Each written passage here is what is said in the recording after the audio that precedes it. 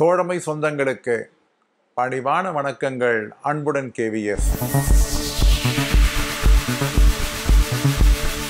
7வது ஊதிய குழுவிற்கு விருப்பம் தெரிவிப்பதற்கான அந்த ஆப்ஷன் தேதி என்பது 25/7/2016 என அமைக்கப்பட்டதை மாற்றி ஐதராபாத் நிர்வாக தீர்ப்பாயம் மாதவரா வழக்கிலே தொடுக்கப்பட்ட அந்த தீர்ப்பின் அடிப்படையிலே அஞ்சல் துறைக்கு அமுல்படுத்தியதும், அதற்கு பின்னால் அது தவறு என்று சொல்லி ஏற்கனவே வழங்கப்பட்ட தொகையினை பிடித்தம் செய்வதையும் நாம் ஏற்கனவே 2-3 தடவை காணொலி மூலமாக பார்த்திருக்கின்றோம்.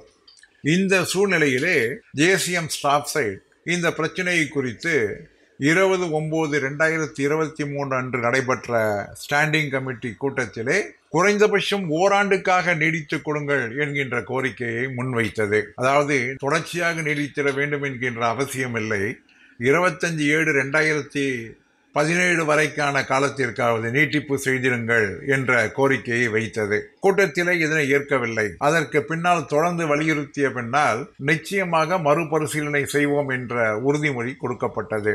ஆனால் தற்பொழுது வெளியிடப்பட்டிருக்கக்கூடிய அந்த ஆக்ஷன் டேக்கன் ரிப்போர்ட்டிலே ஏற்கனவே இந்த ஆர்பி ரூல்ஸ் என்பது 25/7/2016 முதல் அமுல்படுத்தப்பட்டு இருப்பதால் அதை மாற்றுவதற்கு இனி முடியாது.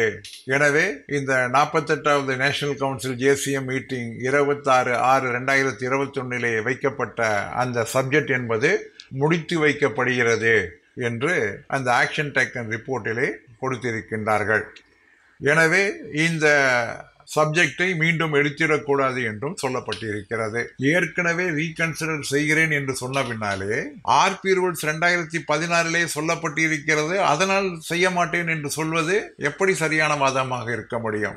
5வது ஊதிய குழுவோ 6வது ஊதிய குழுவிலோ இல்லாத ஒரு புதிய நிபந்தனையை 7வது ஊதிய குழு அமலாக்கத்தின் பொழுது அரசாங்கம் விதித்ததை மாற்றியமைக்க முடியாத அளவிற்கு இதென அவ்வளவு பெரிய பிரச்சனையா என்று நிச்சயமாக நம்மால் புரிந்து கொள்ள முடியவில்லை. மேலும் இந்த பிரச்சனையை மீண்டும் எடுக்கக்கூடாது என்கின்ற ஒரு கருத்தும் சொல்லப்பட்டிருக்கிறது என்றால் உள்ளபடியே மன வருத்தம் அடைகிறோம் என்பதை பதிவிட விரும்புகின்றேன்.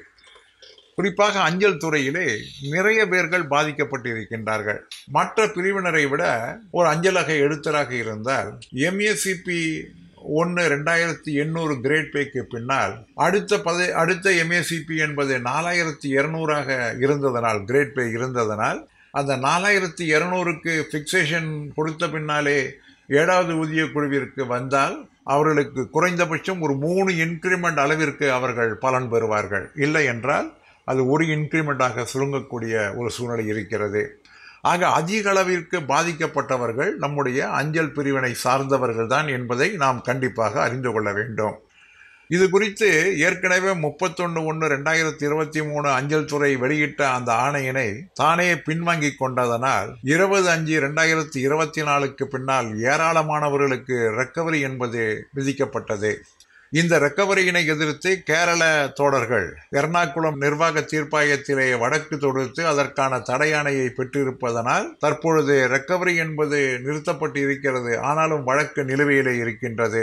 இதே போன்று மற்ற மாநிலங்களிலும் செய்திட வேண்டும். ஏனென்றால் அஞ்சல் ஊழியர்கள் பாதிக்கப்பட்டு இருக்கிறார்கள். குறிப்பாக மத்திய சங்கம் இது குறித்து ஒரு பொதுவான வழக்கினை டெல்லி பிரதான நிர்வாக தீர்ப்பாயத்திலே தொடுத்தால் அது பலருக்கு நிச்சயமாக பயனளிக்கும் என்பது என்னுடைய ஆழமான கருத்து. ஏனென்றால் இந்த கோரிக்கையானது நிச்சயமாக மத்திய சங்கத்தால் பரிசீலிக்கப்பட்டு ஒரு வழக்கு தொடுத்தால் அது அனைவருக்கும் உள்ளடக்கியதாக இருக்கும் என்பதனால் இதை பரிசீலிக்க வேண்டும் என்கின்ற ஒரு வேண்டுகோளை இதன் மூலம் நான் வைக்கின்றேன்.